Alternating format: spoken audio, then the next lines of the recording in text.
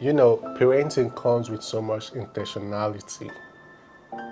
Being a father is not just about having the ability or the prowess to get a lady pregnant.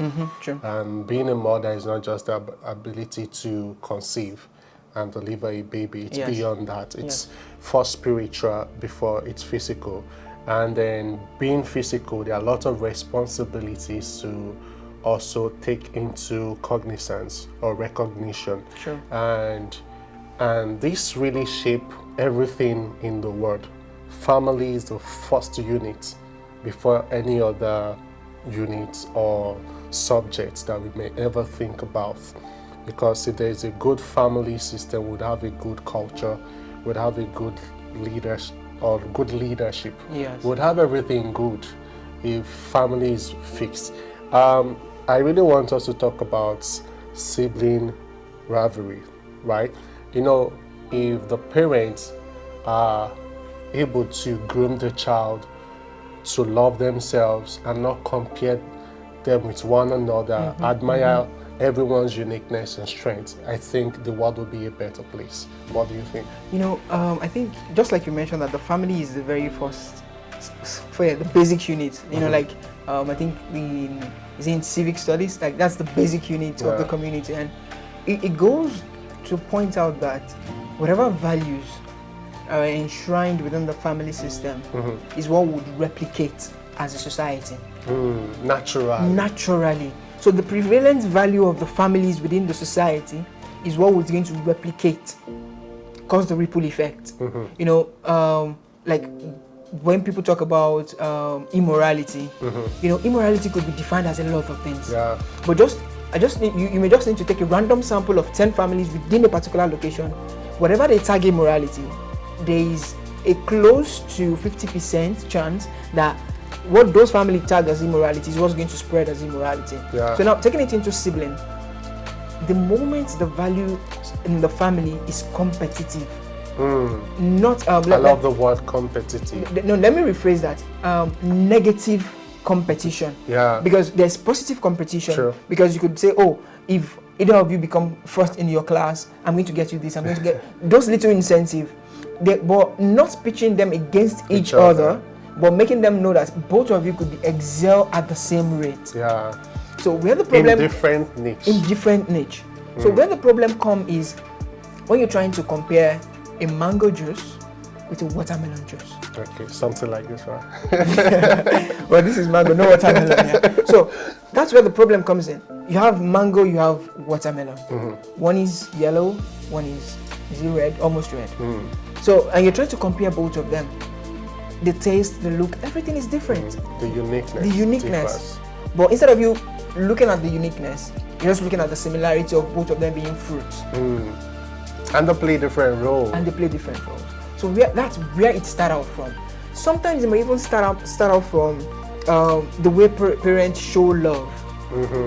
Like some parents, naturally they'll say the father is more tender to the daughter and the mother is more tender to the son and things like that. But even within those spheres, you, as much as possible, try to create a balance. Because the moment one child feels, they tend to show more love to this other child, they tend to be more listening to this other child, then you've already created a reason to rival the other person. So understanding this balance is very, very key. And it's also important to know that as much as we can't count love, we can quantify it within emotions. Wow. No, I can't count how much I love you. But what I go out of my way to do for you would make you understand, this guy really. So love is beyond words. It's way beyond really words. About action. So much about action.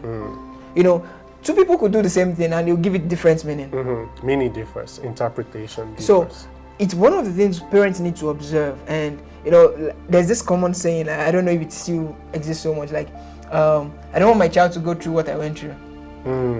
But the thing is, your child is going to go through something different for the process of you trying to block your child from going through what you went through. So if you went through, just an example, let's say your family was not so buoyant financially, so you're able to fill that gap, you're there financially, but probably you may get some deficits of emotion for your child. How?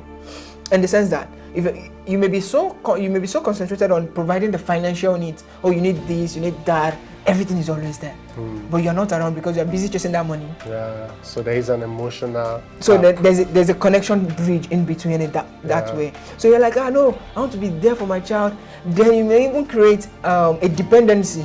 When you're not there emotionally, like, oh, I want to be very emotional with my child, I want to be there all the time. Then you may create a dependency whereby the child will always be dependent on you for his emotional needs. So that's also an issue.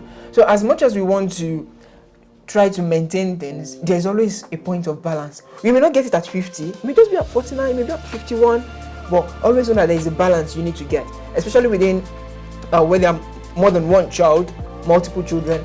You need to strike a balance in the way you deal with them, in the way you assess their needs, in the way you get back to them. It's even more complex when you have a child probably who have autism or some level of deficiency, meaning that child needs extra care.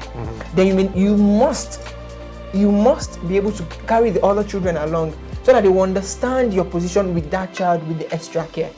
Wow. So that they will not think, oh, we're just giving this child this extra attention out of love. Although some of them may have to grow up to understand better. But one thing is this: even if you have a baby and you communicate, you may not know how understanding the baby is because the baby cannot tell you. But just know you are communicating. Yeah. Because the baby can hear sounds even right from the womb. You understand? Yeah. Parenting is powerful. Yes. You mentioned something very critical. I don't want it to slip from the viewers' maybe hands. I don't really want it to slip because sometimes we raise needy children or let me say we have needy adults who were not properly raised. Yes. So you mentioned someone trying to chase the bag, the money, but the person now grows to become an emotional needy adult because the parents were not there emotionally.